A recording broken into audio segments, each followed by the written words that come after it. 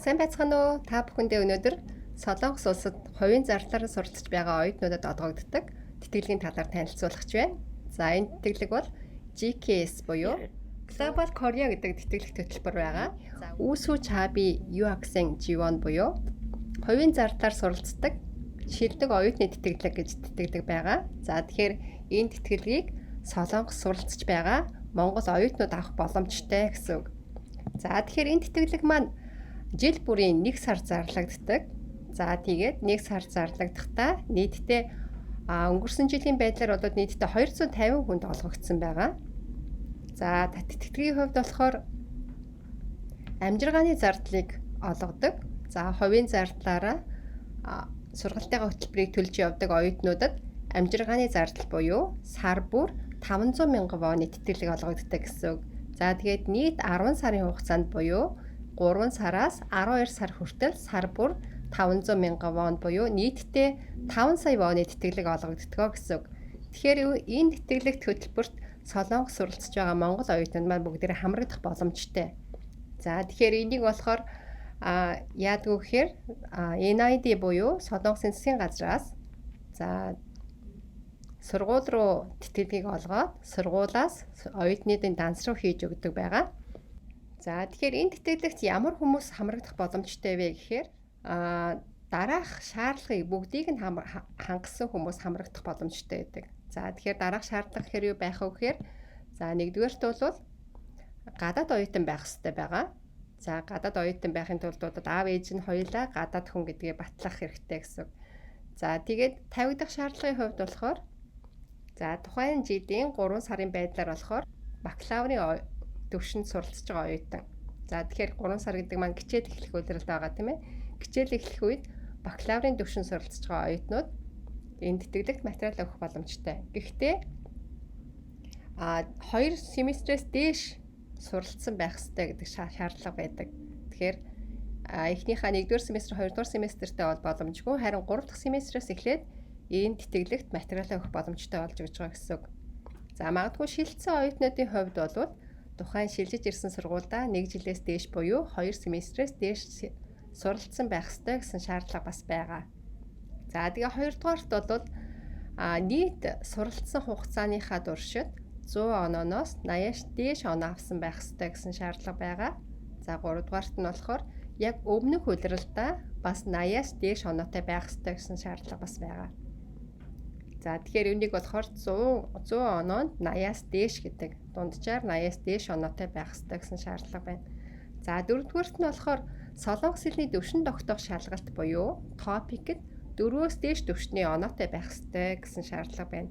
За тэгэхээр энэ маань TOEIC-ийн шалгалт маань 2 жилийн хугацаатай л байдаг тийм ээ сертификат нь. Тэгэхээр энэ маань хүчинтэй хугацаанд байх ёстой гэсэн шаардлага бас байгаа. За тэгэхээр 4 шаардлагыг хангасан байх юм бол энэ тэтгэлэгт материалаа өгөх боломжтой. За тэтгэлгийн нэр маань болохоор хувийн зардлаар суралцдаг шилдэг оюутны тэтгэлэг гэдэг нэртэй байгаа. За бүрдүүлэх материалын хувьд болохоор анкет бүглэнэ. За анкетыг бол онлайнаар бүртгүүлснийхаа дараа системээс хэвлэж авдаг байгаа. За паспортын хуулбар хэрэгтэй. За энэ болохоор гадаад оюутан гэдгээ баталж байгаа гэсэн. За гуравдугаарт нь болохоор сургуулийн тодорхойлт болон дүнгийн хуулбар бас хэрэгтэй. За энэгээр энд болохоор суралцсан бүх улирлын дүнгийн хуулбар хэрэгтэй болох нь. За дөрөвдүгээрт нь солонгос хэлний онооны сертификат хэрэгтэй. Буюу TOEIC-ийн сертификат хэрэгтэй гэсэн. За тавдугаарт нь өөрийн танилцуулга ба суралцах төлөвлөгөөгөө солонгосоор бичсэн байх ёстой. Энэ дээр болохоор тогтоосон загвар байгаа түүн дээр бичсэн байх ёстой гэсэн. За 6-дугаарт нь болохоор холбогдох бусад материалууд. За тэгэхээр шаардлагатай нэмэлт материалууд хэрэгтэй болно гэсэн. За энэ материалууд маань ямар шаардлагатай вэ гэхээр магадгүй адилхан оноо авах ч юм уу тийм ээ. Магадгүй таныг илүү өндөр үзүүлэлттэй, илүү шилдэгэ гэдгийг баталж өгөх материалууд байх хэрэгтэй гэсэн. Тэгэхээр миний хувьд зөвлөхөд бол магадгүй танд солонгост хийсэн сайн дурын ажлын тодорхойлт байх юм бол тэрийг авсаргаж болно. За бас мөн уралдаан тэмцээнд оролцсон тийм ээ магадгүй шагналт баяр эзэлсэн шагнал байх юм бол тэднийхээ хуулбарыг бас хавсрах нь танд илүү оноо авах боломжийг олгоно гэсэн. За тэгээд энэ дээр болохоор шалгаруулах үйл явц маань хэрхэн явагддаг вэ гэхээр түрүү хэлсэн NID буюу Солонгосын засгийн газар гэж байгаа. Тэр маань болохоор боловсролын яамны харьяа байгууллага байдаг. Үндэсний олон улсын боловсролын үндэсний төв гэдэг байгууллага байгаа. Тэгэхээр тэндээс шалгаруулалтыг хийдэг. За тэгээд шалгаруулалтыг хийхдээ их сургуулийн дүн, сурлагын дүн, за топикийн оноо, за тэгээ өөрийн танилцуулга болон суралцах төлөвлөгөө зэргийг үндэслээд оноог өгдөг байгаа. За нийтдээ 100 оноог өгнө. За 100 онооныхаа оноогоо хэрхэн хуваасан бэ гэхээр топикийн оноо буюу солонгос хэлний оноо маань 50%, 50 оноо болж орно. За сурлагын дүн 40 оноо болж орно. За үүн дээрээс 10 оноо болохоор өөрийн танилцуулга болон суралцах төлөвлөгөөг харж оноог өгдөг байна. За тэгээд нийт 100 онооноос хамгийн өндөр оноо авсан дараалал байрлуулаад за эхний 250 оюутанд нь олгогдно гэсэн үг. Тэгэхээр энэ бол Солонгос суралцж байгаа олон улсын буюу гадаад оюутнууд тийм ээ. Олон улсын оюутнууд бүгдээрээ материал өгөх боломжтой. Тэр донд монголчууд өгөх боломжтой гэсэн үг. Тэгээд дээрээс нь ч ихсаагаад хамгийн ихний өндөр оноо авсан 250 хүнд олгогддог тэтгэлэг байгаа. Тэгэхээр Монгол оюутнуудын хувьд бол боломж бас байгаа. Тэгэхээр та бүхэн энэ тэтгэлэгт бэлдээд материалаа өгөөрэй. За тэтгэлэг маань болохоор жил бүрийн 1 сар зарлагддаг гэж хэлсэн тийм ээ.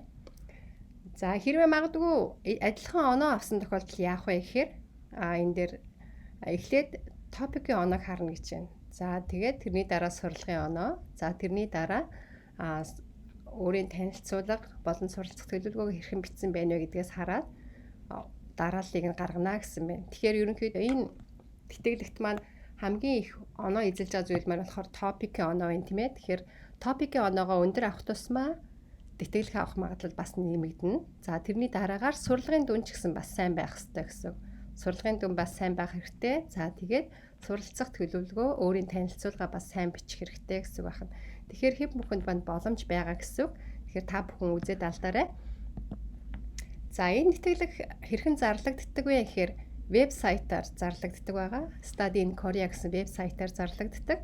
За энэ вебсайт дээр жил бүрийн 1-р сард зарлан тавигддаг гэсэн. За тэгэхээр ороод харах юм бол ийм байдалтайгаар харагдана. За цаахан буюу тэтгэлэг дотор орохоор хувийн зарлалаараа суралцдаг шилдэг оюутны тэтгэлгээ гэдэг ингэж харагдаж байгаа. За тэгэхээр бид нэр дараачийн сурал бичлэгээрээ тэтгэлэгт хэрхэн бүртгүүлэх вэ гэдэг талаар танилцуулахаар бэлдсэн байгаа. За тэгэхээр түрүүн бүрдүүлэх материал дээр байсан тийм ээ, анкетыг системээр бөглөө системээс хэвлэж хавсрагна гэсэн байсан. Тэгэхээр анкет системээр дамжуулаад хэрхэн бүртгүүлэх вэ, вебсайтад хэрхэн бүртгүүлэх вэ гэдэг талаар бид нэр дараагийн бичлэгээр тайлбарлана.